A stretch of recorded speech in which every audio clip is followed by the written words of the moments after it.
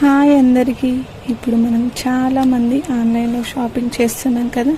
చాలామందికి మన ring finger size తెలియకపోవచ్చు. అయితే ఈ విధంగా చేసి చూడండి. ఒక పేపర్, ఒక స్కేల్, ఒక పెన్ మీ దగ్గర పెట్టుకొని పేపర్ని మన రింగ్ ఫింగర్ చుట్టూ ఇలా రౌండ్గా చుట్టుకోవాలి. తర్వాత ఒక పెన్నుతో ఈ విధంగా మార్క్ చేసుకోండి. తర్వాత స్కేల్ తీసుకొని మనం మార్క్ చేసుకున్న ప్లేస్లని కొలుచుకోండి.